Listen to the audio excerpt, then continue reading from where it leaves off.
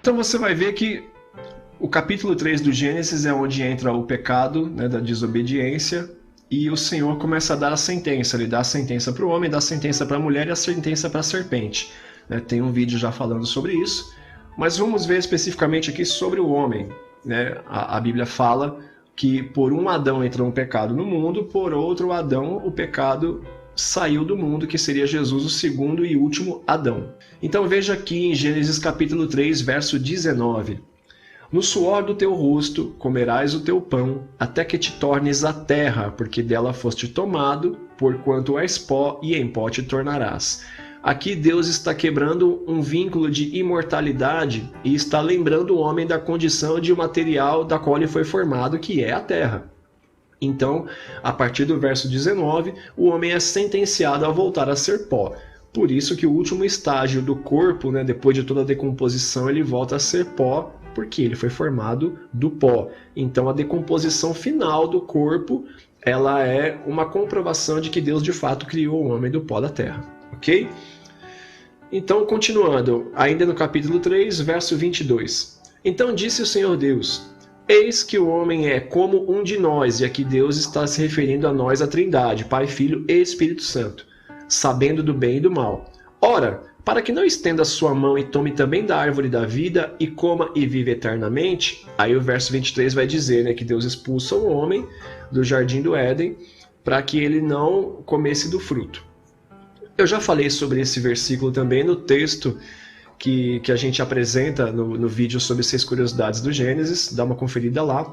Mas aqui é importante que, quando Deus dá essa sentença ao homem, e o homem desobedece, e ele agora é conhecedor do bem e do mal, quando Deus dá essa sentença no verso 19, ele já perde a imortalidade. Por quê? Porque logo no verso 22, Deus já tem uma preocupação de o homem ele comer do fruto da árvore da vida, que ele era acostumado a comer, e voltar a ter a condição de imortal.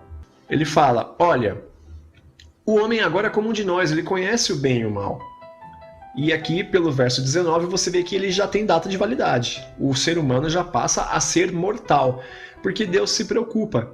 Olha, para que não estenda a sua mão e tome da árvore da vida, como estava acostumado a comer sempre, já que a proibição era da árvore do conhecimento, vamos expulsar o homem para que ele não coma da árvore da vida e viva eternamente. Para que ele, sendo pecador, não seja agora um pecador imortal.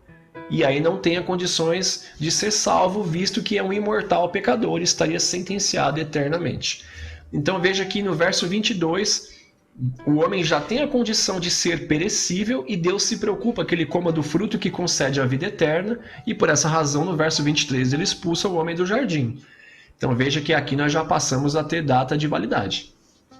Comprovação disso, capítulo 5, verso 5, conforme está escrito. Foram todos os dias que Adão viveu, 930 anos, e morreu. E aí você vê que, então, de fato, Adão chega a um ponto que fisicamente ele morre, que é a morte da qual Deus está se referindo no verso 22. Que ele fala que o homem, se comesse do fruto, viveria eternamente na condição de pecado, dada a sentença do verso 19, que o homem agora tornaria ao pó da terra de onde ele foi tirado, porque ele é pó, então voltará a ser pó.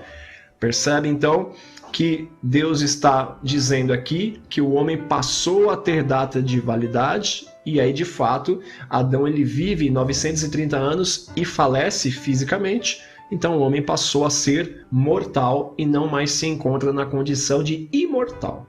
E aí você vê que há uma comprovação também de que Deus ele retira do seu próprio espírito do homem, para que o homem não viva mais eternamente. Porque o homem, mesmo na condição de mortal, estava vivendo muito tempo na terra. E Deus abrevia os dias do homem para que o homem não viva muito tempo numa condição de pecado e contamine as gerações. Você vê isso no capítulo 6, no verso 3. Conforme está escrito, então disse o Senhor, não contenderá o meu espírito para sempre com o homem, porque ele também é carne, porém os seus dias serão 120 anos. É interessante que esse verbo contender, ele tem uma conotação de permanecer em uma direção, Aqui o Senhor está dizendo: o homem não vai ficar nessa condição junto comigo para sempre. E esse para sempre é uma força de expressão, porque se o homem já era mortal, o para sempre não se refere a uma pessoa viver eternamente, mas à descendência, à continuidade ao longo dos anos, se arrastando nessa condição de estar ali insistindo em ir contra Deus e se opor a Deus. Não se refere a uma pessoa, mas se refere a uma geração toda. Então, o Senhor fala, né? O meu espírito não contenderá o meu espírito para sempre com o homem, porque ele também é carne, porém os seus dias serão 120 anos. Deus está encurtando o tempo de vida do homem.